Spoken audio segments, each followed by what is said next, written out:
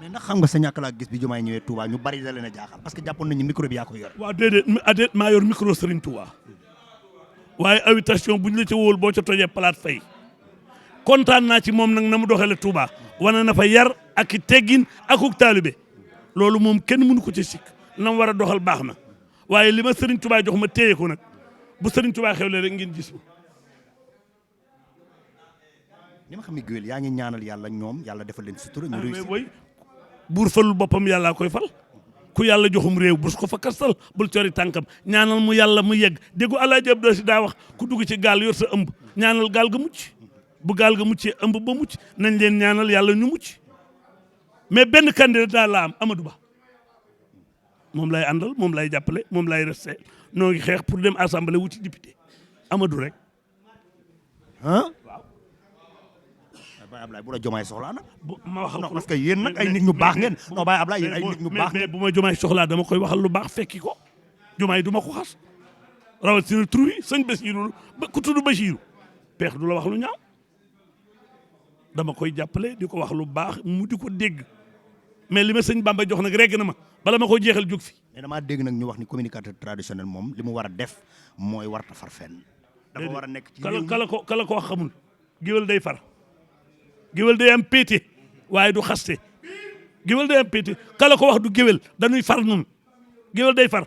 day far xoola géwél yi far ak si jaaji Malick fukk seen dënd yi da ko foore neneen xoola géwél yi far ak sëñ Bamba ak ni mu leen def géwél day far ku la ko wax waxul dëgg. naa la yóbbu ci Diomaye. mais Diomaye bu ma soxlaa. dinaa la yóbbu mais déggoo li ma la wax pour Sénégal ku loo ci waay soxla ci man ma wax la ca lu baax mais nan nit di yorum réew doon sa xam nga ni réew mi kenn du fi damm xat te bokkoo ci. yàllaa ko dogal moo tax du ma yàq lu baax rek laay wax mais ku dul Diomaye sax lu baax laa lay wax. ngay dajeeg nit simple mu gaare otoom nga di ko wax lu baax président de la république nga bëgg koo xas foo ko teg te yàlla fal ko. waaw buur falu boppam yàllaa koy fal. yàlla nga gudd fa. amin xame nga ma. bu wér. man nga doon waxal ca keroog ba nga ñëwee Tivaouane. waaw mais waxoon naa la ko. keroog nag ci laa xam ni nag wax dëgg yàlla. déedéet ndekete nag bu bal yi tàkkoon sax nga jiitu ca kanam. déedéet dama la ni élection yi kenn du ko fomm. borom dëkk boo gis ñun la yaa moom dëkk ba te mënoo jubóog waa dëkk ba dañ leen ni yaa moom dëkk ba nga deen defe ni moom nit ñi yàlla mi leen binde leen moom. Macky Sall moom loolu ba ko Ablaye Wade attaqué damaa jóg ni ko bal jàmbur. bilaay barke yéen ku yàlla bind ku yor nopp ak i tànk bu nu toogee ma wax la dëgg. dëgg moo neex yàlla moo neex yonent bi kenn moomu ko yàllaa ko moom ko àndal te bëgg mu mucc wax ko dëgg soo ko bàyyee mu tanaxu gis ko. géwél day wax dëgg téeméeri di bi tàkk téeméeri di bi tontu géwél taxaw ci diggante buntu fetal yi war jaagoor xam nga jaagoor. jaagoor mooy fas wu néew doole wu mënut a daw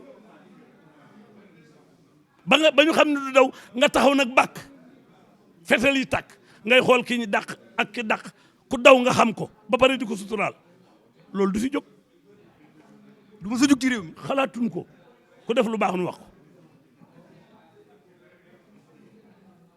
ndax xam nga réew maa ngi xaar benn bis nga taxaw war a décortiquer kan mooy Diomaye dëggantaan ak Ousmane Sonko. mais bu jotee lu jot yàlla def ko Diomaye kay. nam nan la nag parce que ku fi mës a ñëw di président de la république yaa nuy wax fa mu bokk yaa nuy wax na mu defoon yaa nuy wax njàmbaari maamam.